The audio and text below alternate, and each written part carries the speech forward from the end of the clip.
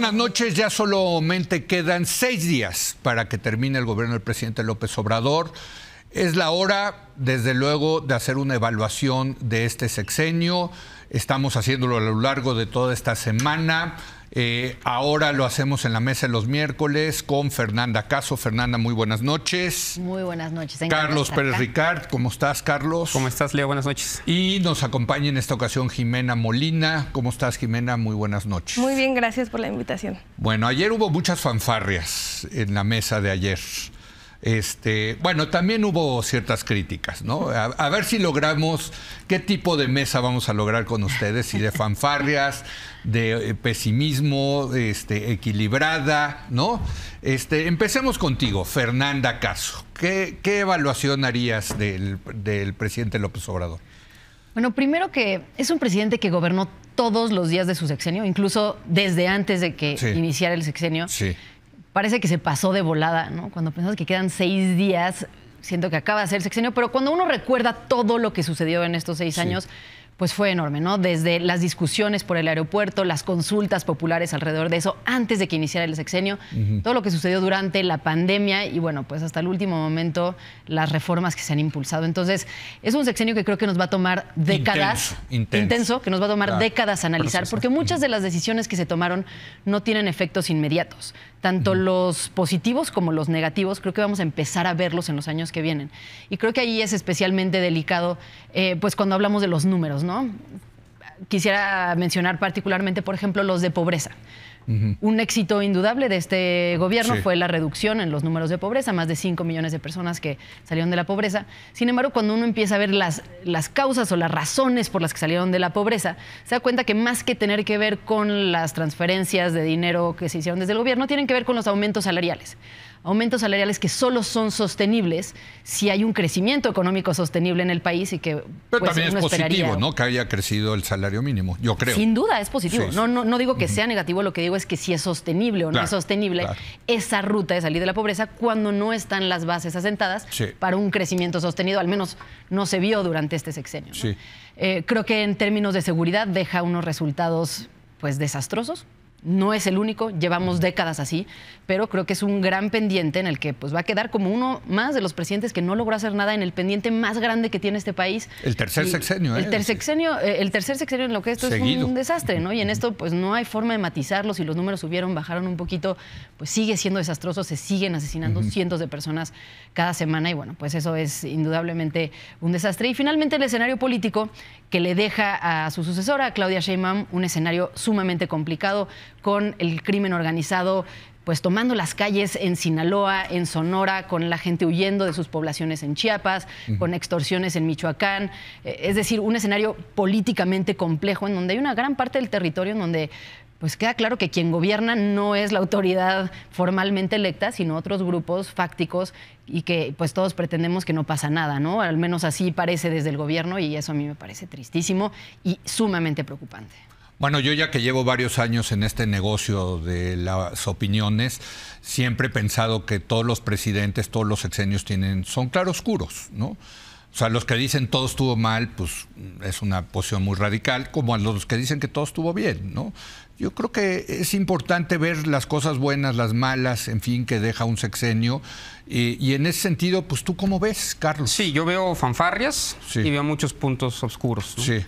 No somos Dinamarca, tampoco somos Venezuela, pero definitivamente estamos ante quizás el presidente más importante en los últimos 90 años de historia de México. Déjame empezar por las fanfarrias, por 4 puntos que considero muy importantes. Se acortó la brecha que separaba a los sectores populares del Estado. Creo que México tenía una grave crisis de representación. Creo que las democracias liberales en el mundo, en América Latina, tienen una grave crisis de representación. De ahí nacen muchísimos de sus problemas. Y creo que con la administración del presidente López Obrador se acortó esa brecha que separaba a los sectores populares del Estado. Y una democracia sin representación no es democracia. Entonces, eso me parece muy importante. Lo segundo, creo que Andrés Manuel López Obrador cambió el límite de lo posible en la política nacional.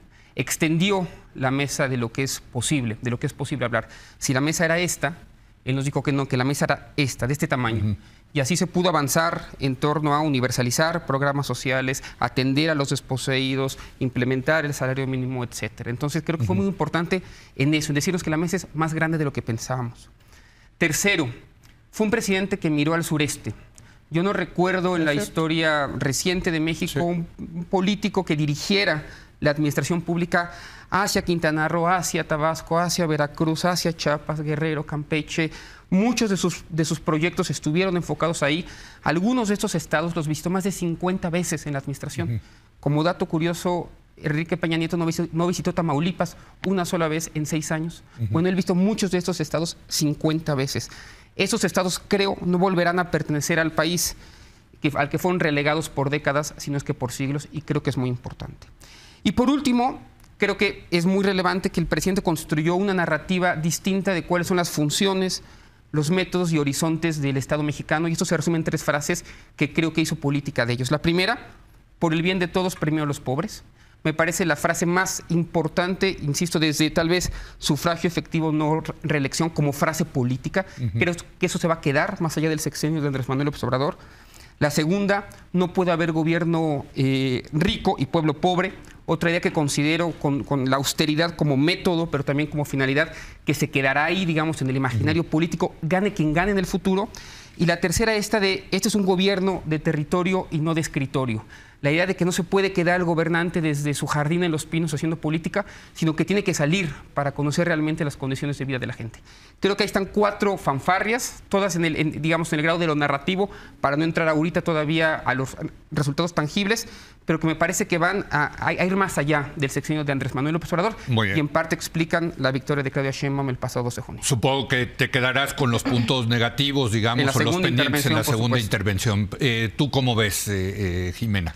Yo comparto que todos los gobiernos tienen sus claroscuros y yo quisiera hacer un primer planteamiento antes de hacer mis valoraciones positivas o negativas, y es que a mí me parece sumamente interesante que el análisis que estamos haciendo en este momento sobre lo que podría entrar en la parte oscura de la evaluación general, la estamos viendo como unos pendientes y no como unas deudas. Y yo creo que eso se debe en gran medida a que es en esta ocasión, y algo que no sucedía durante muchos años, varias décadas, es que tenemos a un gobierno que deja un proyecto político que evidentemente va a continuar ciertas líneas. Y yo creo que eso, en términos del análisis, es muy relevante traerlo a la mesa, porque entonces también nos deja un área de oportunidad grande para ser optimistas sobre las deudas que se quedan. Eso es lo primero que yo quisiera plantear. Sí, la continuidad, o sea, la verdad es que no lo habíamos tenido, salvo entre Fox y Calderón, ¿no? Y quién sabe, yo tengo muchas dudas, ¿no? Sí, exacto. Tampoco era la gran continuidad. No, era el mismo partido candidato dentro del partido. Claro. Sí, entonces yo creo que es muy valioso y que en ese sentido podemos ser optimistas respecto del futuro, de lo que se queda pendiente. Y por otro lado, yo quisiera también entrarle a la discusión primordialmente narrativa, y creo que el sexenio de Andrés Manuel López Obrador marca un hito narrativo, que ayer Violeta decía que era cultural. Yo diría que es narrativo, yo lo nombraría diferente, pero creo que es lo mismo. Y yo creo que esto tiene que ver con la manera fundamentalmente de disputar qué entendemos por democracia, que es algo que además hemos estado discutiendo mucho acá, ¿no? Es fundamental. Yo creo que el concepto de democracia es muy amplio, es muy complejo, y que Andrés Manuel López Obrador se enfocó en priorizar en esta definición, que puede ser muy amplia, un elemento, y ese elemento es el de la participación ciudadana. Y lo hizo tanto en términos narrativos, es decir, volviendo al intérprete de este momento de la historia al pueblo de México, así de abstracto como es, pero que aún así mucha gente se identifica y se identificaba con ese concepto, y también en el ejercicio de gobierno. Y con esto quisiera poner de ejemplo, que me parece muy valioso y que también creo que marca un hito en la comunicación política de este país, las mañaneras. No se había hecho un ejercicio de comunicación política igual, y es un paradigma que yo creo que ya va a ser muy difícil de echar para atrás. Pero fíjate que eso es muy interesante, Jimena, porque yo creo que es un producto hecho a la medida para López Obrador. Vamos a ver cómo le funciona a Claudia Sheinbaum, pero sí yo lo veo muy para el personaje López Obrador. Yo creo que es un formato que a él le viene perfectamente bien. Le caía perfecto. O sea, Claudia en su momento como jefa de gobierno estuvo dando conferencias de prensa, y la verdad son informativas, son mucho menos politizadas, mucho menos... son más técnicas. Sí, son más técnicas, pero creo que no deja de poner temas sobre la mesa. Me está diciendo el productor que más aburrida. Más serias, No, es el productor el que está diciendo eso. Sí. Y bueno, se irá cambiando el formato, pero creo que el punto de estar constantemente posicionando temas, yo creo que es bien importante. Y ya para ir cerrando, en el ejercicio de gobierno, cuando hablo de participación ciudadana, me refiero a, por ejemplo, programas como La Escuela es Nuestra o La Clínica es Nuestra, que se trata de construir un modelo de gobierno fundamentado en gran medida en la participación de la gente. Y segundo, y por otro lado, las consultas tanto de revocación de mandato como juicio a expresidentes y otras que fueron organizadas por la CEGOV, como por ejemplo la del Tren Maya y también la de Constellation Brands, que creo que esta también fue muy importante porque hubo un 76% de población en Baja California que votó en contra de la instalación de la cervecera y se paró el proyecto. Hijo, yo tengo muchas dudas sobre esas consultas. Yo sí creo que muchas fueron patito, con todo respeto, pero a ver, es que es un buen tema porque efectivamente hay un concepto de democracia participativa, ¿no? Pero como se ejecutó esa democracia participativa, yo creo que deja mucho que desear. Pero, y además en fin, los temas en los que se decidió hacerla, ¿no? ¿Por qué no se hizo sobre los grandes temas de este gobierno, como fueron la reforma al Poder Judicial, como son la militarización, que ahora se está discutiendo en el Congreso? A ver, los grandes temas del país no se llevaron a esta democracia directa, se dejaron aquellas cosas en las que el presidente ya tenía una postura, contrataban a una empresa que lo organizara, en general muy oscuro. Sí, el propio Tren Maya. O sea, creo que pues sí dejó mucho que desear esa idea. Creo que es una buena idea, ¿no? Habrá que hacer una mejor implementación, ¿no? Es un gran debate entre la democracia representativa y la democracia participativa, ¿no? Claro. Yo soy más de democracia representativa, pero yo creo que debería de ser dependiendo el caso. Yo creo que hay casos en los que se va a requerir un esfuerzo de la población importante en una decisión, ya sea presupuestal, ya sea porque se está cambiando un modelo completamente. Y pues en eso sí vale la pena escuchar lo que dice la población. Pero, por ejemplo, no puedes poner a participación popular el tema de finanzas públicas, de los impuestos. Y no puedo dejar de notar. Ojalá los pusieran. A ver, no, pero finalmente creo que sí hay ciertos. A mí me parece paradigmático el caso, por ejemplo, de Panamá, donde se discutió construir una segunda vía por el canal, por lo que iba a implicar en términos presupuestarios y de impuestos. Y al final la gente hace una valoración. En Chile hubo un referéndum para ver si subían un punto del IVA etiquetado de educación y la gente votó a favor. A ver, yo creo que sí hay casos. A favor. A ver, si estamos partiendo de que podemos elegir a la mejor persona como presidente de la República, yo creo que hay ciertos temas en los que vale la pena involucrarnos como sociedad para votar, pero hacerlo bien, con los foros adecuados, con la socialización de los temas y en los temas que valen la pena, no únicamente en los que son propaganda política, que creo que fue un poco lo que se cayó en este sexenio. Y a mí me parece un poco preocupante calificar de no relevante, por ejemplo, la consulta de revocación de mandato. O sea, estamos hablando de un ejercicio que no solo fue inédito, sino que también de alguna forma se trata de un ejercicio de rendición de cuentas. ¿Crees que fue un asunto de campaña? Y por otro lado, digamos, particularmente en ese sexenio donde era claro. Yo pienso que siempre se ha tratado este sexenio, y eso ni lo ha escondido Andrés Manuel ni nadie que simpatiza con el movimiento, que siempre se ha tratado de politizar en torno a ciertos temas. No, pero no es lo mismo politizar que hacer ejercicios de campaña. Creo que son dos cosas distintas. Politizar, pues es lo que se hace en general en una democracia. Y aún así, en 2021 se perdió gran parte de las alcaldías. O sea, no es que fuera una campaña y que además fuera efectiva. Pero a ver, Jimena, la pregunta no la entendía nadie. Fue un desastre. Pusieron pocas... La participación fue baja. Por supuesto que pudo haber sido mejor. Yo no lo niego en absoluto. No. Eso no fue una revocación de mandato. Yo sí considero que fue un tema político de no campaña. Perdón, tú querías... No, con respecto a esto, nada más... A mí sí me parece una contradicción, por ejemplo, que en las internas de Morena, e incluso lo acabamos de ver el pasado domingo, eso no haya pasado por un proceso democrático de elecciones. Las internas presidenciales, incluso para dirigir al partido. Es decir, sí estamos a favor de que el pueblo elija y que la gente elija, pero cuando toca elegir cuestiones realmente importantes en la lucha por el poder, o se va por las encuestas o ni siquiera, porque lo que se votó el domingo fue una planilla única en el que ni siquiera hubo elecciones en torno a eso. Entonces, a veces sí, pero en otras cosas que son muy importantes, me parece que no se acudió a esta interpretación muy amplia de la democracia participativa dentro de las estructuras del partido. Y además que tienen que los chapanecos estar decidiendo si debe haber un aeropuerto o no de ciertas características en la Ciudad de México. Con todo respeto, eso Sí, nos correspondía a los chilangos y a los del Estado de México, si acaso. Pero, en fin, ya estamos discutiendo temas muy... En fin, venga. Pero bueno, quisiera además hacer un contrapunto con respecto a esta idea de que el presidente no deja deudas solo pendientes. No estoy muy de acuerdo. Creo que, deja muchos caminos avanzados, ¿no? Decíamos, el de la pobreza, sin duda. Creo que es el gran éxito de este gobierno, es la reducción de la pobreza. Y ahí deja pendientes, pues porque hay que seguir trabajando en este camino. Pero sí deja deudas. Cosas que estaban mejor al inicio de este sexenio que lo que están ahora. Y literalmente deudas, por cierto. Y literalmente deudas. Exacto. Sí, ¿no? Sí, subió la deuda. La deuda aumentó. Teníamos un sistema de salud más sólido al inicio de este sexenio que lo que está hoy. Un mejor sistema de vacunación. El crecimiento económico no solo se estancó, sino que se vino para abajo en términos de... es decir, es decreciente. Creciente en términos decrecientes. La seguridad me parece que es una gran deuda porque no se logró avanzar. Es decir, seguimos estancados en ese problema. Y el sistema de cuidados, ¿no?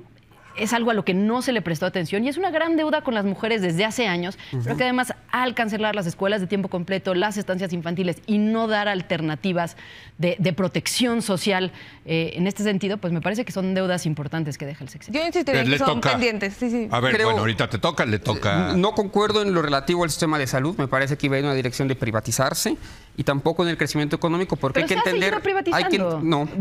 El gasto de bolsillo que hacen las personas. Y el tema de crecimiento económico, hay que ver esto a la luz de la pandemia, que me parece muy importante. Pero yo sí tengo muchos, no deudas, sino cosas muy obscuras que quiero plantear muy rápido.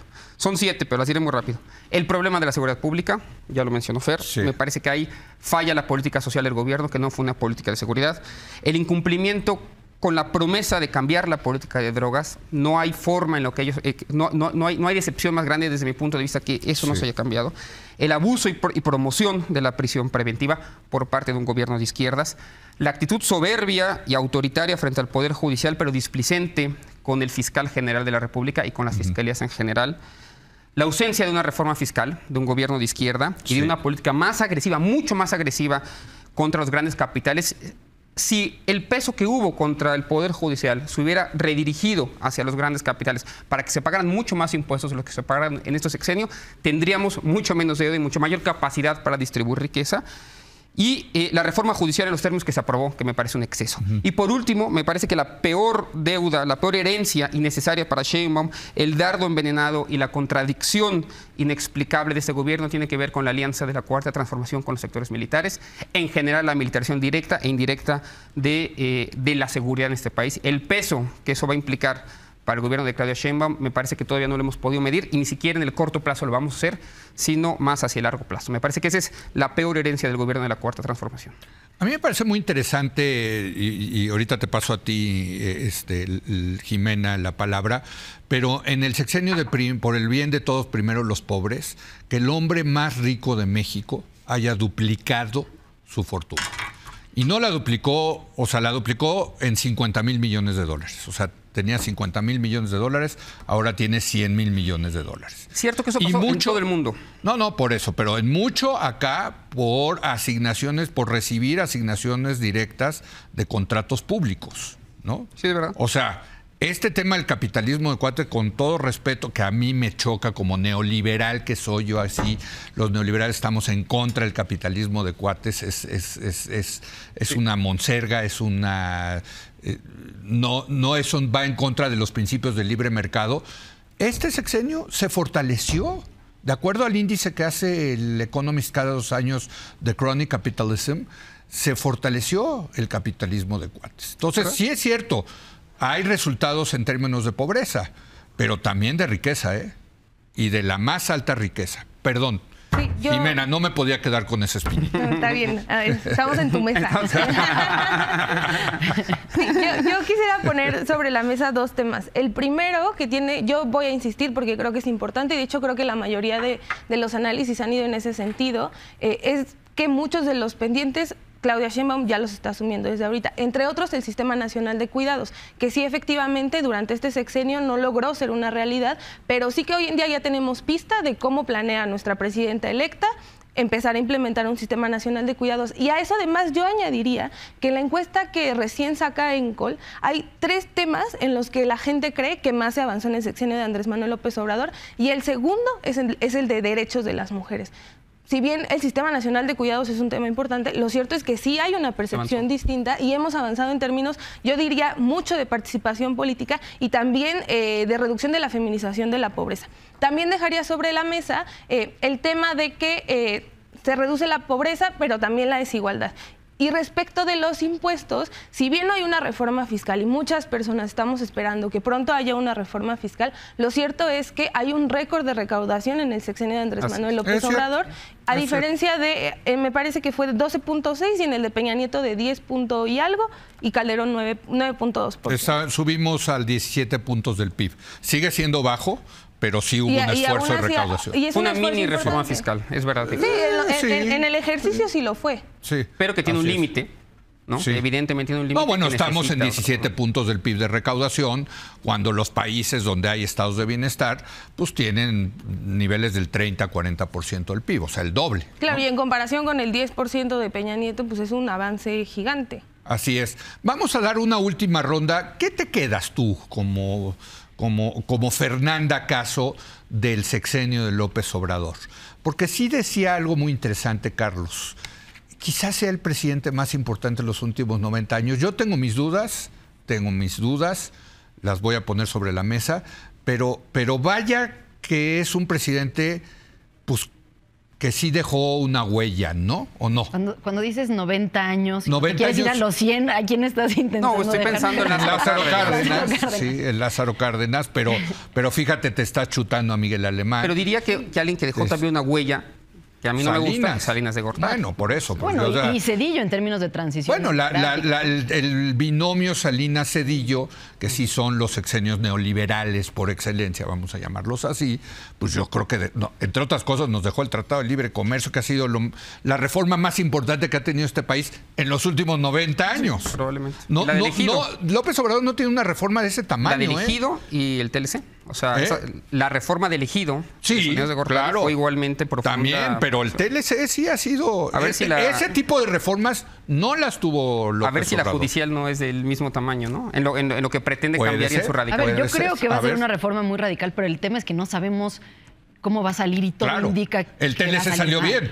No, el TLC salió bien, se pensó mucho, se discutió mucho, se evaluó, digamos, hubo foros alrededor del tema durante años antes de que se llevara a cabo. Creo que en este Y la izquierda estaba en contra, Fernanda, no se nos olvide. La izquierda en ese momento, incluyendo López Obrador, estaban en contra de la apertura comercial, ¿eh? Ojo. Qué bueno que ya esa batalla sí la ganamos los neoliberales. Perdón. Bueno. Entonces, creo que en particular en la reforma judicial, por el momento en que se hace, ¿no? Hacia el 11:45, cuando ya está por salir del gobierno, creo que todavía no se puede hablar del resultado, ¿no? Pues apenas lo vamos a ver y creo que este año va a ser la métrica. Todo indica que al menos los primeros pasos de la ejecución están siendo desastrosos. El diseño de las boletas no se pensó bien. Todavía no hay leyes secundarias para implementarla cuando el INE ya está empezando el proceso. Es decir, creo que en ese sentido me quedo con la sensación de que pues le dejó al gobierno siguiente un problema enorme que ya le tocaba al gobierno siguiente decidir, ¿no? Y dirigir, y no lo va a poder hacer y va a tener que enfocar muchos esfuerzos y muchos recursos. ¿Pero qué te deja, Tifer? ¿Qué sensación? A ver, trata de ponerlo en palabras, ¿no? Porque creo que todos hemos tenido una relación con López Obrador, ¿no? De alguna manera. Sin duda. ¿No? Coincido con Carlos en que es un gobierno que abre los paradigmas y las discusiones, ¿no? Plantea nuevos escenarios en los que todo se puede discutir. Creo que eso es algo positivo para una democracia. Me deja con el sentimiento de que se está viviendo un momento histórico, un cambio de régimen en muchos sentidos. No sé si para bien o para mal, pero histórico. Justamente histórico y cambio de régimen. Y creo que un poco como cuando estás en medio de un cambio de régimen, es difícil ver lo que está sucediendo y a dónde vas a salir. Y creo que así me siento. Me siento como que estamos en medio de una gran transición en donde están demasiadas cosas sucediendo alrededor y esto puede resultar muy mal y ser leído desde la historia como un episodio en donde se pueden leer claramente los elementos que llevaron al fracaso en términos de seguridad, de justicia, en cuestiones económicas, pero que pues hay que tener la esperanza en que van a salir bien y hacer todo lo posible porque salgan bien y que ese no sea el resultado. Estoy completamente de acuerdo. Sí, yo también me siento así, que vivimos una presidencia histórica, una especie de huracán. Sí, fue eso. No, una especie de huracán Y no sabemos, bueno, en mi caso, como creo coincido contigo, no sabemos si va a quedar bien o mal. Ustedes tienen más la esperanza de que quede bien, ¿no? Pero todos tenemos la esperanza de que quede bien. Pues sí, tienes toda la razón. La verdad, tienes toda la razón. Ojalá salga bien. La verdad, sí, tienes toda la razón. Yo tengo dudas, pero ojalá salga bien, ¿no? Quiero nombrar un logro que nos hizo aquí, un logro político. Sí. Todos aquí sabíamos que Andrés Manuel López Obrador era un político extraordinario desde hace mucho tiempo, en todos los sentidos del término, pero la manera en la que dirigió la sucesión presidencial. Sí. Del día que termina la elección en el Estado de México al 2 de junio del 24. Yo te diría desde el 21, ¿eh? Bueno, ese juego de ajedrez me parece que va a ser estudiado en las escuelas de política en el futuro. Fue extraordinaria la manera en la que dirige la transición, en que logra la unidad con todos los candidatos presidenciales, los gobernadores. El mérito ahí es brutal y eso es conveniente para el movimiento, pero también fue muy conveniente para el país. Sí. Y por último, la pregunta de qué me deja para mí la reivindicación de lo popular, de que no puede seguir creciendo este país sin tomar en cuenta a sus clases más vulnerables, a sus clases más pobres, de que no funciona, de que es disfuncional un país que solo atiende a unos pocos. Y me parece que ese es el legado de Andrés Manuel López Obrador y que continuará su mejor heredera, Claudia Sheinbaum. En todo caso, el debate es cómo servir a las clases populares. ¿Cuál es el modelo que más les sirve a las clases populares? Pero esa brecha que sí había entre sociedad y Estado, es cierto, que es el origen de la revuelta, del descontento social, en este gobierno sí se fue a yo lo acepto, había mucha arrogancia en los gobiernos pasados, ¿no? Que dejaron de ver precisamente esa parte popular, sin duda, ¿no? Pues por algo llegó López Obrador, no es de gratis. Jimena, tú eres la más joven de esta. Yo veo muchos jóvenes muy emocionados, la verdad, con López Obrador, hay que decirlo. Sí, ¿no? Yo en primer lugar me quedo con lo que ya decía Carlos, exactamente lo mismo, la reivindicación de lo popular. Yo creo que es lo más característico y lo que más nos conmueve a muchas personas que simpatizamos con el proyecto que encabeza Andrés Manuel, pero también me quedo con la sensación de que esta gran historia que nos ha estado narrando Andrés Manuel todavía no se acaba. Claro. Y que es un proyecto que trasciende estos 6 años. Pues si es que en 6 años tampoco puedes hacer. No. Y que además justo la sucesión y quien se queda a tomar las riendas de este país es una mujer no solo que comparte los ideales del proyecto de Andrés Manuel, sino que además en su ejercicio de gobierno es mucho más meticulosa, mucho más cuidadosa de lo que dice. Y yo creo que en términos de lo que viene, vamos a tener un país en las que ciertas tensiones puede que se vayan disipando. Entonces yo me siento entusiasta, sobre todo por eso, porque pienso que estamos a la mitad de la historia. Pues sí, muy interesante. Y yo quisiera a lo mejor agregar, a mí me parece como otro logro que haya dejado una mujer, porque el que le dejó al sucesor fue López Obrador. Eres el dirigente. O sea, por lo menos candidata de Morena, si quieren, luego se votó. Pero a mí me parece sensacional que vaya a haber una mujer. 10 segundos más. ¿Sí? Me parece muy interesante la última medición de Buendía y Márquez, que señala que el 70% de los mexicanos ven en López Obrador una figura que une a los mexicanos, contra el 25% que cree que lo divide. Es muy interesante cómo transita de ser una figura que en principio polarizaba, en 2006 polarizaba, y termina siendo hacia el final de su mandato una figura de consenso. Y creo que conforme pasa el tiempo y se vuelve una suerte de tótem en la selva y nadie sabe muy bien qué hace y cómo y con quién habla, ya digo que no se va a ir a la selva, que se va a quedar a aclimatarse. Ya dijo hoy que se va a quedar en la Ciudad de México a aclimatarse un rato. Entonces ya está cambiando también esa narrativa.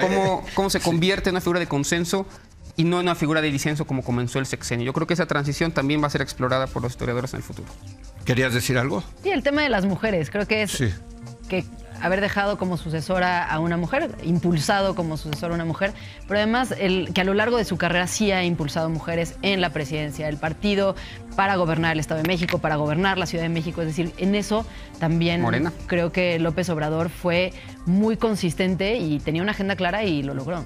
Sí, bueno, pues muchas gracias, Jimena, por haber venido. Muchas Carlos, ya nos veremos el próximo miércoles ya con nueva presidenta, ¿no? Será la 4ª presidencia que nos toca analizar en esta mesa de la hora de opinar. Gracias también a Fernanda Caso. Muchas gracias. Gracias. Vamos a platicar con Andrés Layú, él es secretario de Movilidad aquí en la Ciudad de México, de esta nueva forma de transporte público llamada el cablebús. Regresamos.